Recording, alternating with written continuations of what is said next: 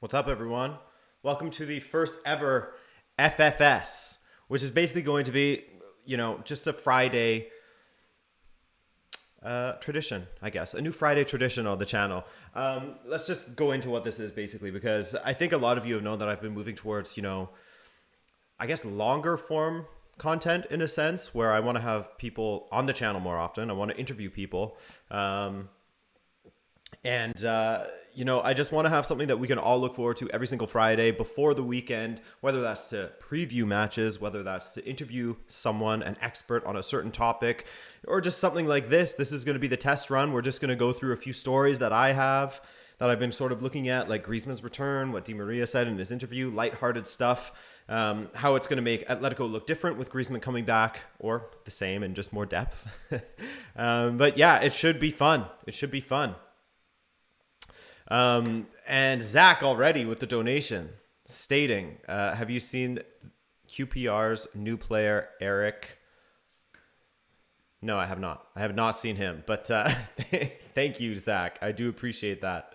I forgot about the donators part, but yeah, guys, I think that this is going to be very fun. I've wanted to do something for, to sort of complement the weekend recap. I was thinking of calling this the weekend pre-cap, but then I thought that would get way too confusing and I would mix them up all the time. I already did. So yeah, this is going to be fun. I think that you're going to really enjoy it. Getting in some guests and everything. Interviews. It's going to be a good time. First is Zach. Thank you, Zach, for that donation. And the first thing that I wanted to talk about, obviously you guys can also suggest things for me to speak of. It's going to be very loose. Think of basically, whenever we do the watch alongs, how at halftime we'd go over to Reddit and just sort of like read random stories and discuss them together. That's sort of the vibe that I want for this Friday show. I want it to be very lax. So yeah, you guys feel free to suggest topics in the chat as well, and I will read those comments also. But yeah, let's get started. Let's talk about Antoine Griezmann, because his return to Atletico Madrid, I think that I speak for a lot of us in saying that it was surprising in a sense, but it also didn't really come as a surprise either, because if he was going to go anywhere, it seems like Atletico would be one of the favorites, either there or PSG. And given his relationship that he has with Diego Simeone, it seemed like that was one of the most likely destinations. Now, the fact that Atletico has played Barcelona once again, not necessarily played them once again, but they took Suarez from them, and look at what they did with Suarez at the top of their attack. They went on to win La Liga while weakening Barcelona's attack a little bit. And now, I mean, I'm sure there's some Barcelona supporters that would say that taking Griezmann out of the attack doesn't really weaken them at all, really. They sort of seem the same. I'm sure that there's some that would sort of laugh about that. But yeah, someone like Hafsa is saying massive L for Barcelona, but I guess this is just something that they needed to do. It was absolutely necessary for them to do so, to sort of free up some room from their wages. And with Griezmann being one of the top earners at Barcelona, him leaving is massive for him. Now, what are the sort of contract details looking like? It's a 1-year loan that becomes 2 or sort of automatically. Now, what's confusing is the two different press releases from Atletico and Barcelona. Not that they said different things, but they had different details in them.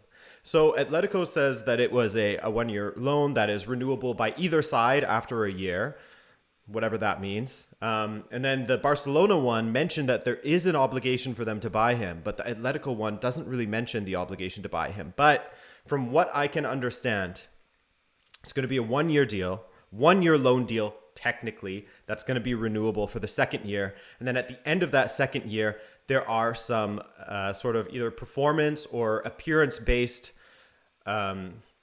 objectives within the deal that will make it a permanent deal. And apparently they are extremely easy to meet them. So as this tweet from Atletico Universe says, Atletico Madrid has a compulsory purchase option on Antoine Griezmann if a series of conditions are met, which don't seem to be difficult to meet. Griezmann has lowered his salary considerably so that the transfer could happen. He wouldn't have done that at Barcelona, but he's doing it for Atletico just to sort of sweeten the pot. But at least, hey, Barcelona's getting those wages completely off for him. So yeah, I think, him leaving for 120 million 2 years ago, and then he could potentially go back to Atletico. I don't know how his wages compare now to when he was at Atletico before. I couldn't give you that sort of information, but the fact that they sold him for 120 and then they could get him back for 40, is pretty insane, isn't it? It really is. What are you guys thinking? Zach is saying Luke de Jong is a pretty underwhelming replacement, but hey, I guess this is all they can really do when they're in debt. Yeah, that's exactly it. I think that their hand was just completely forced. And what is Daniel saying? Adrian, hope you're well. Sorry you might have answered this, but what does Griezmann coming to Atleti mean for our boy João Felix? Daniel, that is a great question, and I'm going to get into that in a moment. I prepared a few slides, a few PowerPoints for you guys, but is he really worth 40 million right now? Asks Tomas Gomez. If you were to base it off of every single performance that he's had over the last few years, over the last 2 years at Barcelona, maybe not. He still scored like 30-something goals and got a decent amount of assists as well. But overall, I think that most Barcelona supporters would tell you that he hadn't been, or he wouldn't be worth 40 million. And they're just, relieved that they can get his wages off of the books. Now, as Daniel asked, what does this say for João Felix? I mean, it makes things very difficult for him, doesn't it? Because already João Felix was struggling to get appearances because of his insane amount of injuries that he's had since being at Atletico. Just look at this. Let's do some quick math. 3, 5, 6, 8, 9, 12, 16, 22 matches that he has missed due to injury since going to Atletico Madrid. We didn't really see this at Benfica. Maybe it's because he wasn't there for very long at Benfica. He played basically half a season for Benfica's senior side before going to Atletico Madrid. But this has just been ridiculous in the last sort of 2 years since he's been there. How many injuries he's picked up. So it doesn't bode well for him, but I mean, it bodes well for Simeone because there's just more depth. And speaking of this depth, look at this. So this is sort of the formation that Atletico have been playing under Simeone recently. A 3-1-4-2, if you want to call it that. 3-5-2, if you want to call it the 3-4-2-1, sort of if you think of how Chelsea sort of play with Lukaku, Mount, Havertz. Whatever way you want to look at it, this is from their last match against Villarreal. And, their attacking depth, there's Mateus Cunha, who they just signed from Hertha as well, the Brazilian. There's João Felix, yet to come back into the squad. I think he's going to start training soon. Antoine Griezmann's coming in. And you know what? I even forgot one. It goes deeper. DePaul.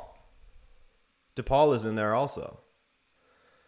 So where do you fit all these players in? It's a great problem to have if you're Diego Simeone. And now we're finally seeing Atletico Madrid with a little bit of depth to their squad, which is extremely important because it's something that they had been lacking a little bit, isn't it? So now they have a lot of depth and quality in their depth. Will he go for a front two? Will it be Suarez sort of in the middle and two players playing off of him like a Correa or a João Felix or a Griezmann or a Cunha? I mean, he's got lots of options. Where do you put DePaul in there? It's going to be a little bit of a headache for him, but like I said, at least it's a good headache. Isn't DePaul a midfielder? Yes, he is a midfielder, but he can sort of play in that advanced role and pull the strings. So, I mean, attacking options feel like cheating from them.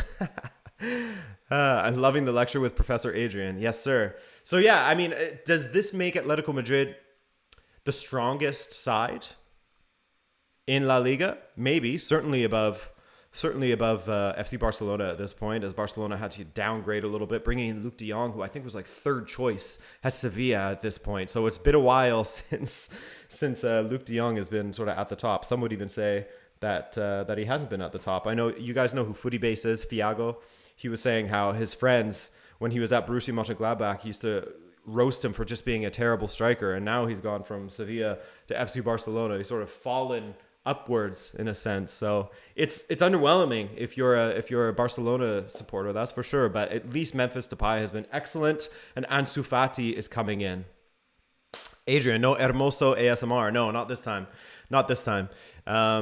Ryan says, it's squad depth. Atletico are making further statements as to why they deserve to be a top UCL challenging team. Thank you for the kind words, Kian. And yes, I agree with you. I think that the squad depth is massive for them. And they certainly see an opportunity with, the state that Real Madrid and Barcelona are in. Real Madrid actually is looking okay, especially with the signing of Eduardo Camavinga, because adding some youth to their midfield, for the future, alongside guys like Fede Valverde, I think that was huge. That was a great signing by them to jump on that and use some of that money that they would have put to Kylian Mbappe. Whether that was a bluff sort of bid, we still don't know. But I know that some of you would have seen the video that I did on Mbappe and like, why would Real Madrid pay that sort of money right now when they can get him for free next season? And one of the things that Carl Oscar, the guy who I interviewed, who I do apologize, the audio quality wasn't great for that one. I caught him after work, so it was sort of limited options. But one of the things he was saying was that he wished that they would just accept that bid, PSG that is, and then use that money to reinvest into other areas of the squad. And what he was scared of was that they're not going to accept it. And then Real Madrid's just going to do the same thing. They're going to just take that money that they had allotted for Kylian Mbappe. Of course, they do have to pay a signing bonus, agent fees, stuff like that. But they're just going to take that money and improve their squad all around and maybe get ahead of PSG as far as building a really good competitive squad. So it's interesting. I think that, you know, another thing, just speaking on squad depth, and if we go back to Atletico Madrid, and sort of pouncing on Barcelona and Real Madrid being down, there is a lot of rumors of them being linked with Robin Gosens. And for me, adding him to the left, and then you have either Trippier or Carrasco playing on the right, because currently Carrasco plays sort of as a left wing back. If you had Robin Gosens, who's been incredible for Atalanta the last few seasons, who was fantastic at Euro 2020 for Germany, as you guys all saw, you add him to this Atletico side, just look at this. You can get rid of, you know, Renan Lodi. He could play ahead of him. I don't hate Renan Lodi. I just don't really rate him that much. You throw Robin Gosens into this left back position, and that is just a beautiful thing. Him flying up one side, Trippier on the other, drilling balls into the box for Suarez and co to feast upon. With all of this attacking depth, I mean, Atletico is looking good. That would be an almighty signing there. Yeah, what do you guys think? Kevin is saying Atleti just needs to keep their defense consistent and they should win La Liga and maybe compete in the Champions League. Potentially. I mean, I think that they will hopefully have a good run in the Champions League because I think last season was a little bit disappointed for them. Bro, Atleti is better on paper. I assume you're talking about compared to Real Madrid. And then we have Jack. Jack with the big donation. Hey, man. Thank you for that, Jack. Add this in. And Jack says, hey, legend, you're keeping me company on my night shift, so thank you. Funny tweet I saw. Crazy that Barca gave Atleti Luis Suarez £86 million, a league title, and Griezmann in exchange for Griezmann. Yeah, it sort of comes all the way back. I saw one in a sort of similar vein saying that the Glazers' top signing has been... since Ronaldo has been, or sorry, the Glazers' top signing to replace Ronaldo was Ronaldo or something like that. I can't remember what it was exactly, and I butchered that, but it was something along those lines. But Jack, thank you for that donation, man. I do appreciate it. Hope that you're enjoying your night shift. Hopefully it's not too not too sleepy over there for you. Don't fall asleep on the job, man. It's important. They still choke in the end, says Marco. Hey, we'll see. We'll see. I think that I can't say that this is the strongest Atletico side I've ever seen, but it's certainly the most deep in the attack that I've ever seen. And if they can add a little bit of depth to that left side, because again, like I said, I'm not a huge Lodi fan. I'm sure that there's some Lodi stands out there that would fight me on that. Yeah, I think that this would be a very, very legit side, and I can't really see anyone besting them in the league. Maybe Real Madrid could do that, of course, because they do have a very good squad as well. But it just seems, as far as being a final product, Atletico Madrid seems more like that to me. Then again, they put in a couple of not great performances so far this season against Villarreal. Very fortunate not to lose that game. So we'll see. Do you think this is the weakest La Liga has been in years? I think it's sort of gone down a little bit. Maybe last season was the weakest because it seems like it's getting a little bit better via Atletico Madrid. You know, Barcelona's going down and Atletico's going up a little bit. So, yeah, it's definitely at sort of the bottom of a cycle, the league, I think, because they're dominant for so long. And, yeah, I think they're sort of at the bottom of the cycle and they'll sort of flip back up. Guys, would it be a live stream with me without me having to go and get my laptop cable? It wouldn't. And I will be right back. I am so sorry for this. It happens every single time. God, I'm fired.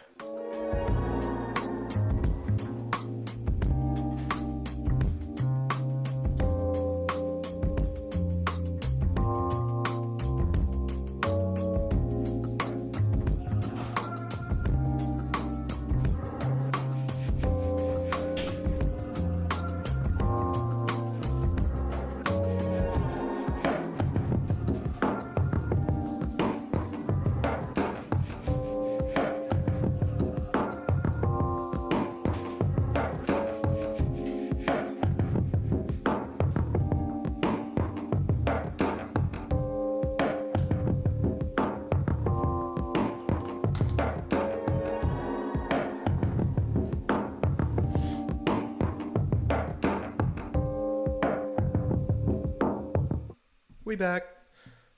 Hey, Riyadh. Yes, of course I remember you. But yeah, so there's that as far as Atletico goes. What do you guys think? Are they going to stomp the league this season, or is it going to be a little bit closer than we think? All hail our new Zach TV channel. Yep. So let's move on to the next thing that I sort of wanted to talk about, a little bit more lighthearted. But Angel Di Maria, you guys will all know, has a I don't really know him as being that outspoken, but it seems as he goes on in his career, he's becoming more and more comfortable in doing so, because I think that his career and his trophy sort of speak for themselves at this point. He's played for Real Madrid. He's played for PSG. He's won the Champions League. He's, all of these things.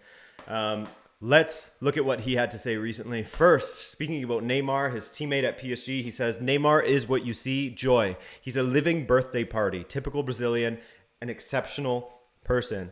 And that's always something that you have sort of associated with the Brazilians in football, isn't it? That they're just like, they have that joie de vivre. They just want to enjoy life, play football, enjoy themselves, party. Sometimes you get some cases where they go a little bit too far down that road. Like Adriano, for example, the emperor, you guys will remember. And here come the snake emojis in the chat. I think I saw one of the top comments, because this is from Reddit. Someone translated this. It was in Spanish initially. One of the top comments was, man, where did you learn how to speak parcel tongue? Which was pretty incredible. But anyways, yes. So Neymar is what we expect. He is a party person. We always hear about his birthday parties, how huge they are in PSG.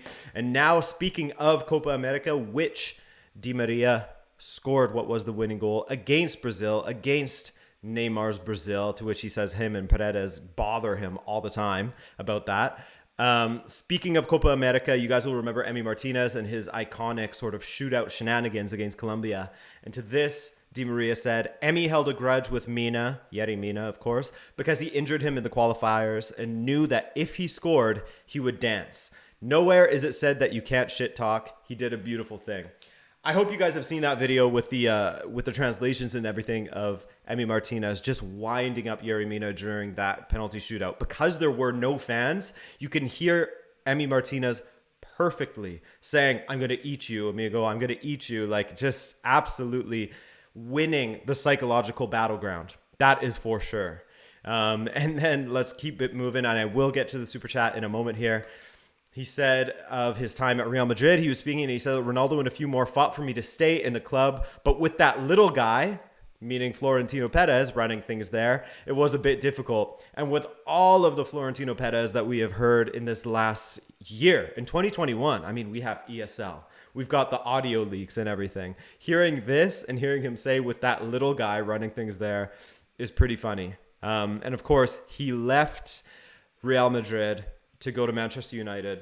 And he said, I didn't give an F about the Manchester United number 7, the shirt, that is, because, they say that it's cursed or whatever. At first, they talked to me a lot about it. It was just a shirt for him. He says that has nothing to do with why things failed for him at Manchester United. And then when we go on to this next slide here, my problem at Manchester was the coach. Van Gaal was the worst of my career. I would score, assist, and the next day he would show me my misplaced passes. He displaced me from one day to the other. He didn't like players being more than him.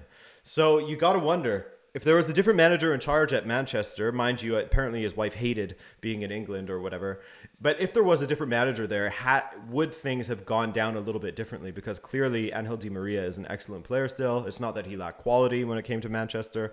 I'm sure Zach can speak to this a little bit more.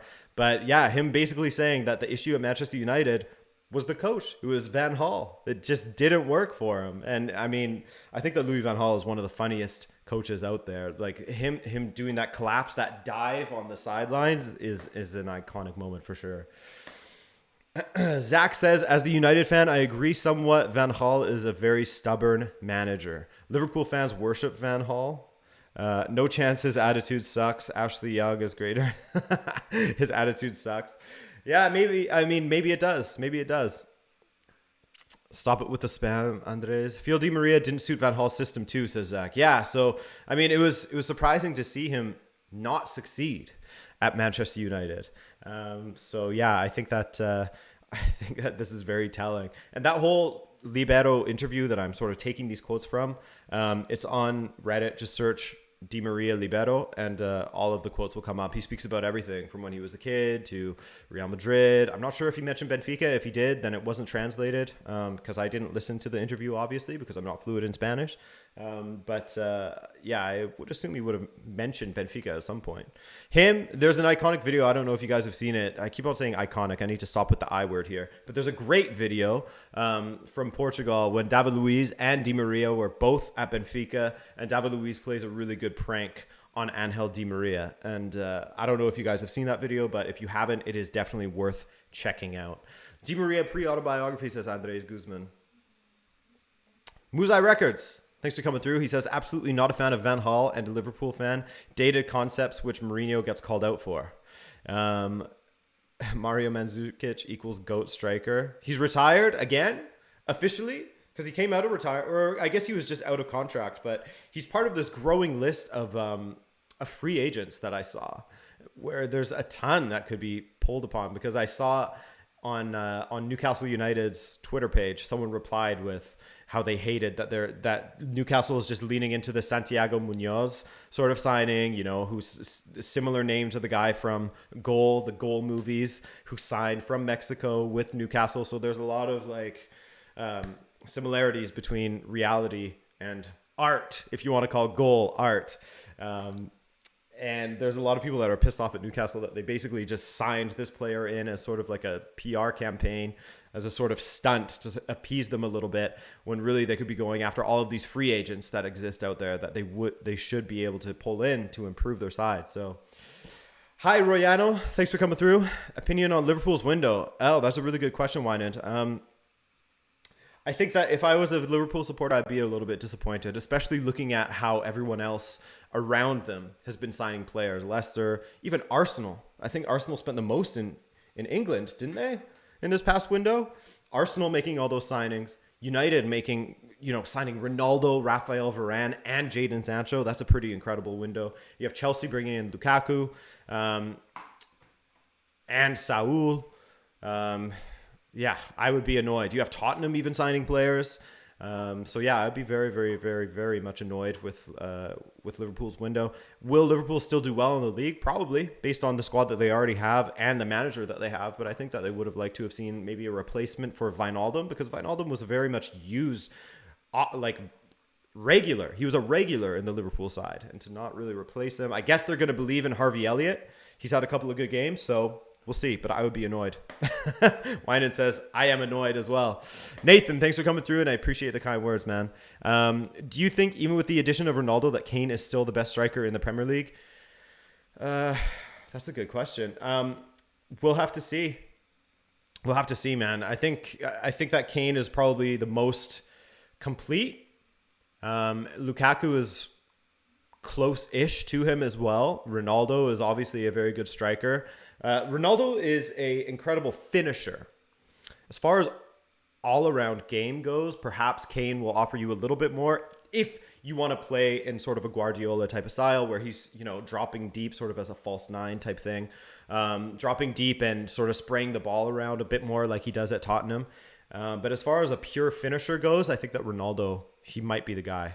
He might be the guy as far as Premier League strikers go. But yeah, so that is what we're going through so far on this very relaxed Friday. Why don't we take a look, actually? Why don't we just go and just dive straight in to a little bit of Reddit just to see what's going on. And as you guys know, Emerson Royale, who we're looking at here, when he was at... I don't know if you guys saw the TikTok that I released, but it sort of broke down what Barcelona paid for him, which was $6 million initially, and then $9 million to get the move over to Barcelona because it was a co-ownership with Real Betis. And then they so that's $15 million spent on him right there. Then they end up selling him to Tottenham for $25 million. So you're thinking, okay, there's a $10 million profit. No, my friend, because $5 million has to go to Real Betis. So I think all told, Barcelona ended up buying Emerson and shipping him out and making a profit of $5 million total. And this is what he had to say. It hurt the way Barca handled me. It's clear when they signed me, they thought of selling me. I kept telling them my dream was to play here, but I'm not stupid. They used kind words and they wanted me gone. I left because I didn't want to stay and be sad at a club I loved. That sucks to hear that, doesn't it? I really do feel for the guy because he was basically just treated like a product, which is something that you see happen. Honestly, you see that happen at Benfica a lot. There's a lot of players that we end up signing and never even make it to the first team really, and they end up getting sent out on loan back to the Middle East or wherever, and then we just end up selling them, and they never even see first team football. It's very, very interesting to do that. Di Maria did the same thing about how Perez blocked him from playing in the World Cup final. All in all, it's not as deep as people make out. If you don't play, I don't see anything wrong. You're not a snake. Yeah, fair enough. Barcelona are currently ruining talent, sadly. Love from Egypt, says Morcos Akram. Thank you for the kind words. Luka Waldschmidt says hello. Yeah, seriously. Luka Waldschmidt is another one at Benfica who I had really high hopes for Luka Waldschmidt when he signed with Benfica because, he just came off of, what was it, the U21 Euros or something like that, where he was the top scorer for Germany and for the entire tournament. And so Benfica signing a good young talent from the Bundesliga, I was like, okay, this is something. This is a new direction for Benfica to move into, signing talents like this. And then it just never clicked for some reason. Mind you, he came at a time, coming to Benfica at this time, it's not really a surprise when signings don't work out because it was a club in a bit of turmoil in some ways. New manager, or I guess a returning manager, so it's understandable, but it is a disappointment. Arturo Vidal posts a picture of Richarlison on his Instagram story and says, "Who is this clown?" after Chile's 1-0 loss versus Brazil last night. Oh, damn! Shots fired by King Arturo. That is a good one. The worst start in Premier League history. Here we go. This is for all you Arsenal supporters out there. The worst start in Premier League history after 4 matches was Swindon Town with 0 points and a negative 12 goal difference. Arsenal and Norwich meet next week and both have 0 points and negative 9 goal difference. So a big win for either side could see this record broken. That is not the sort of record that you want to be contending with, is it? My goodness. If you're an Arsenal supporter or a Norwich supporter, I guess also, but even more so an Arsenal supporter because it sort of illustrates how far they've fallen. That is not something you want to be associated with. That is brutal. Someone please tell me how Wolves is allowed to have a 90% Portuguese squad in the EPL even after Brexit. They even have a Portuguese flag in the stadium. I honestly have no idea when it comes to visas and stuff like that. Waldschmidt talked about him not adapting to Benfica due to the schedule. Yeah, we do that. That is a good point. Going back to Luka Waldschmidt and how he left Benfica for Wolfsburg, which, by the way, Wolfsburg looking good. But yeah, he couldn't adapt to the new country. This is something that actually Miguel and I were talking about in the DMs earlier. He couldn't adapt to the new country, and the schedule there was no break in the December, January, which they have in the Bundesliga. They have that winter break, and he said that he just couldn't adapt, being away from family. Different culture. He said that he barely got to even explore Lisbon because he was going from training. Then they would travel and then they'd come home for a second and he would just want to rest. And so he just missed family and wanted to leave. So unfortunately it didn't work out, but I think it speaks to how every single footballer is different. Every professional is different. Not all of them can leave their country and or excel in another one. You got to take your happiness into account. That's for sure. Hey, as Befikishta, what do you see as a reasonable prospect as long as UCL goes? I mean, I would love to see us make like the quarterfinals or something, but we'll see. It's going to be difficult to get out of this group. Hopefully we can finish ahead of Barcelona. I think that our hopes are a little bit higher now with Barcelona losing Griezmann, etc., and just overall just looking a little bit weaker. I think that we can really go at that back line and feast a little bit. So here's hoping we can make it out of the group stage in second place behind Bayern likely, just because, Benfica versus German sides is never a fun thing to witness. What are your thoughts about Bruno Lage? How will he do at Wolves? I really feel like he would do great at Arsenal. How does his team create so much? Yeah, I think that Bruno Lage is showing that he's a good manager, but it's just a matter of getting someone to finish off all of those chances. They've outshot Leicester. I don't know if they outshot United, but they certainly were dominant for that first half. And they've looked good against Tottenham as well, where they probably should have won that match, but it's just the finishing. I think Raul Jimenez, it's going to take him a while to recover from that head injury and get back to his best. But it looks like a bit of bad luck and just poor decision-making in the final 18. But when he does start getting his team to finish off those chances, I think that Wolves are going to be a very, very, very dangerous side. And I think they've had 3 1-0 losses and they've outchanced their opponents every single time, I think. So I think, there's definitely room to be very optimistic with this Wolves side. Marco Y says, got to go, but always appreciated your content. This FFS thing needs to be every week. Working on Fridays is hard. We need this to keep all football fans going. Yeah, man, I'm definitely going to keep the FFS thing going. Thank you, Marco, for that donation, by the way. It's very much appreciated. And look, guys, this is just the first time that we're ever doing this, so it's a bit bare bones, but like I said, I have plans to get guests in here so we could do live interviews where, I can get a guest on. You guys can submit questions. For example, there's a lot of big games next weekend, such as Bayern versus RB Leipzig. So maybe I can talk one of my friends into coming on and discussing that match with you guys. You guys can ask him questions. It's Nagelsmann against his old side. There's a few former Leipzig players playing for Bayern. You have Jesse Marsch coming in, playing against the man that he was an assistant to. Did his paths cross with Julian Nagelsmann at RB Leipzig? I'm pretty sure they did. And then he went to Salzburg, right? I'm pretty sure that's what happened. But yeah, anyway, there's a lot of storylines. There's a lot of big games next weekend that I could bring some of my friends on. We could have discussions, live chat, everything. So yeah, we want to see this FFS grow even more and become more than me just like rambling and going through Reddit and talking with you guys. But hey, what would you say would be an adequate punishment for Hungary? Oh, are we talking about what happened yesterday? I think that they shouldn't be allowed to have supporters in the stands anymore if they keep on doing that. Straight up.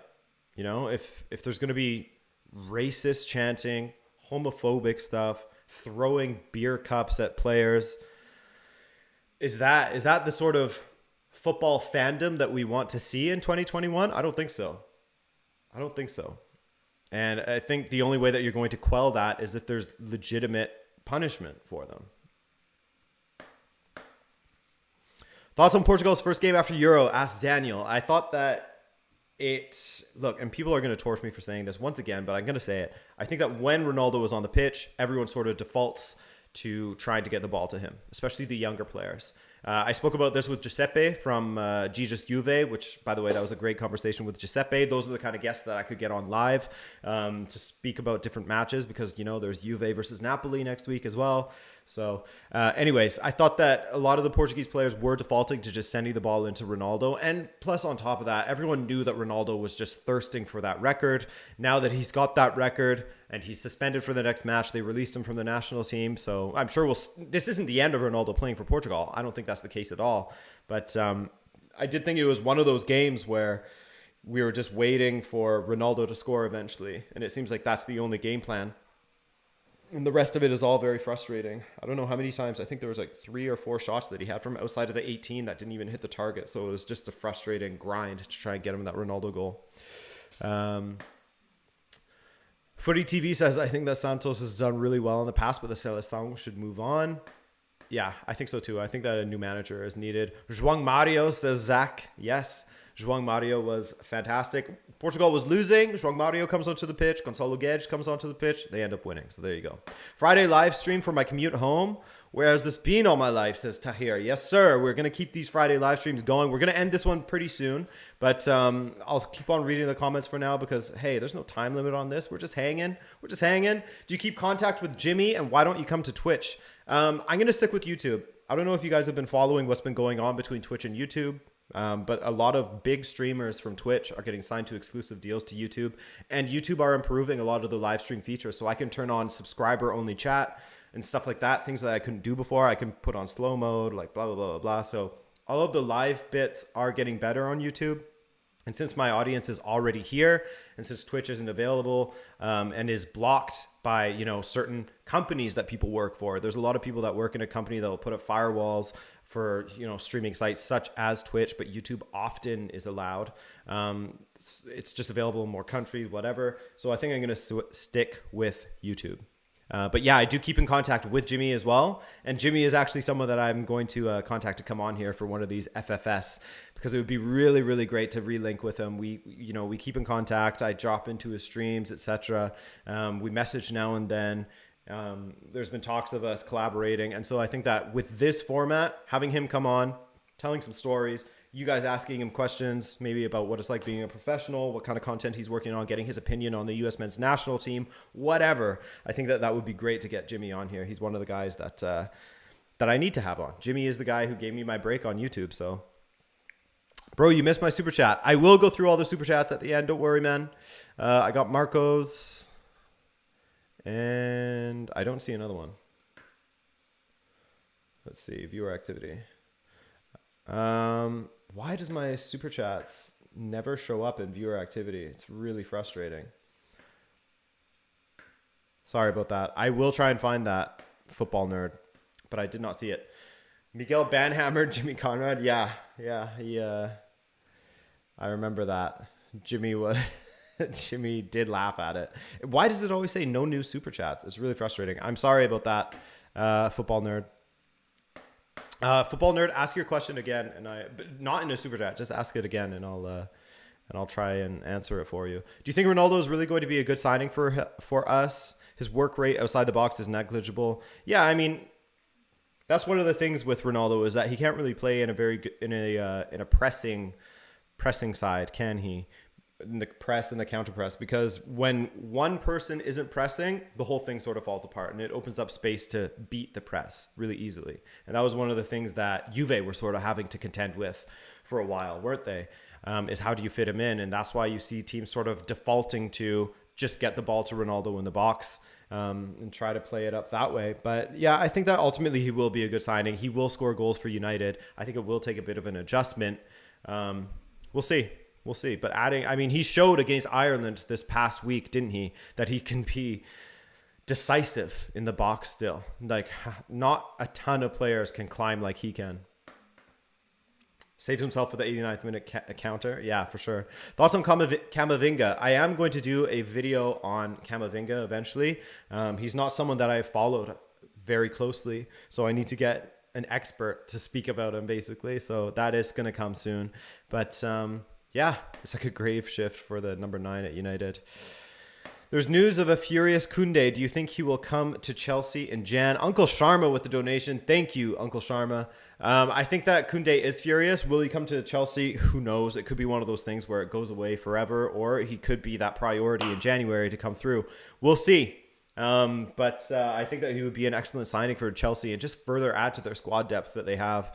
That Thomas Tuchel is building a fierce squad, isn't he? And I think that they'll be challengers for the Champions League again, and they are my favorites still to win the Premier League.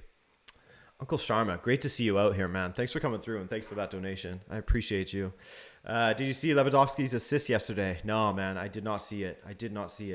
Football Nerd said, what potential move do you see happening in the January transfer window, especially with strikers in Europe with World Cup on the horizon next December?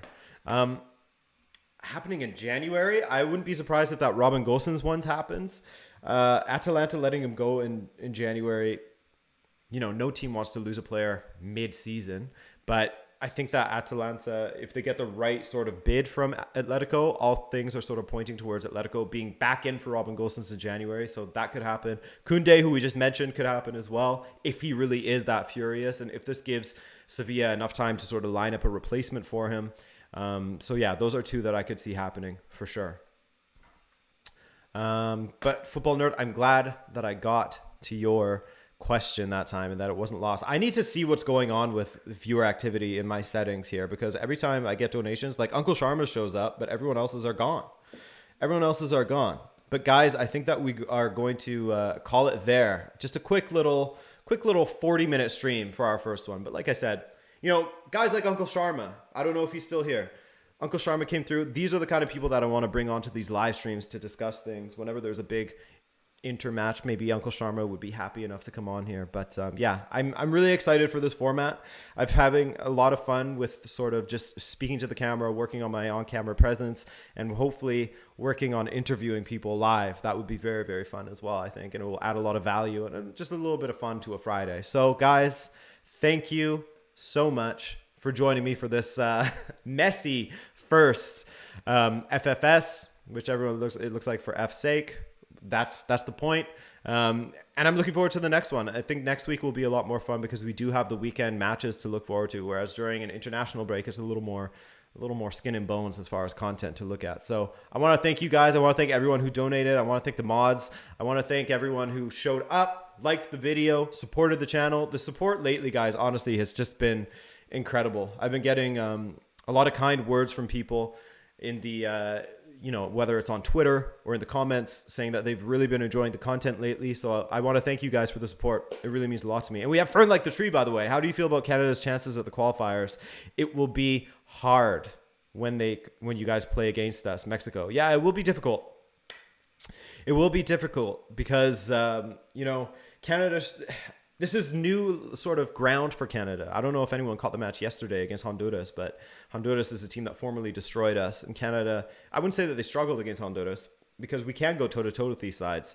But the fact that we're even competitive at this point makes me happy, So yeah, I think it's going to be very, very difficult, but I can see Canada getting top 4 in this hex or the octagon or whatever it is at this point. Honduras is good, says Reigning Entertainment. Yeah, they are. So I'm looking forward to it, though. It's just fun seeing a competitive Canadian side. You look at their lineup and you see guys like Alfonso Davies out there, Steven Eustáquio, who's doing really well at Paços de Ferreira in Portugal. You have Jonathan David, Kyle Larin, who's killing it at Besiktas. Canada has a pretty good team. Atiba Hutchinson is old as hell, but still an excellent player who's been playing in Turkey for a long time.